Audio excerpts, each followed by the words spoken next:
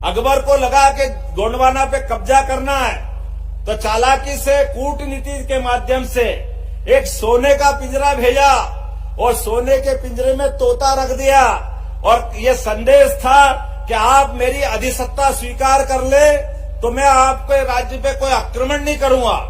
लेकिन रानी दुर्गावती उन्होंने अपना जीवन का प्रत्येक क्षण देशभक्ति के लिए जिया है, इसलिए उन्होंने संकल्प किया कि अकबर तुम कितने भी ताकतवर क्यों नहीं हो, लेकिन भारत की नारियों को डरा नहीं सकते, दबा नहीं सकते, उनकी देशभक्ति पे प्रश्न नहीं खड़ा कर सकते। उन्होंने भी सोने का अपना थाल बनाया और सोने के थाल में एक हथियार भेजा। उन्होंने कहा ये नारियां इस हथियार की प्रतीक है, ये मर जाएगी लेकिन तेरे आगे झुकेगी नहीं। ऐसा अप्रतिम और अपना कूटनीति के माध्यम से जवाब देने का काम किसी ने किया है तो रानी दुर्गावती ने किया है। और हम सबको मालूम है उनका वो आखिरी युद्ध, जिस युद्ध में उस समय के काल के प्रवाह में पहली बार तोपों का प्रयोग किया गया। उसके पहले तोप नहीं थी, लेकिन उस समय हाथियों से, घोड़ों से, तमाम प्रकार के युद्ध के सेना के सेनानायक अलग अलग प्रकार से युद्ध लड़ते हैं। लेकिन अकबर की सेना ने पहली बार तोप का प्रयोग करके उस युद्ध में अलग से कूटनीति करते हुए छल किया था और छल का परिणाम रहा कि रानी दुर्गावती के लिए वो युद्ध का एक तरह से बहुत चुनौती वाला दिन था।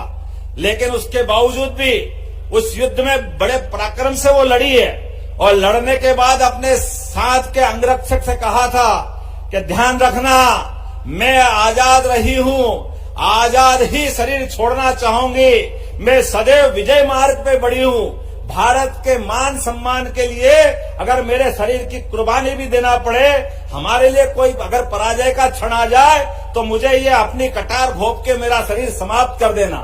एक खराब समय आया, उस खराब समय में रानी दुर्गावती के आंख में तीर लग गया, पेट में तीर लग गया, युद्ध एक तरह से अलग प्रकार की स्थिति में पहुंचा।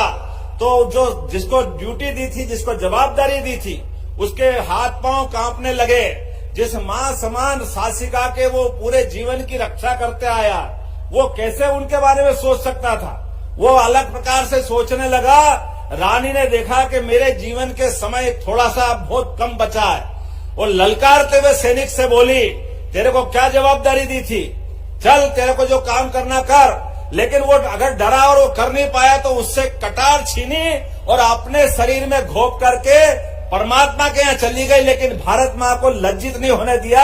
ऐसी परम प्रतापी शासिका रानी दुर्गावती, उनका जीवन प्रत्येक क्षण हम के लिए, हमारे लिए सम्मान का है।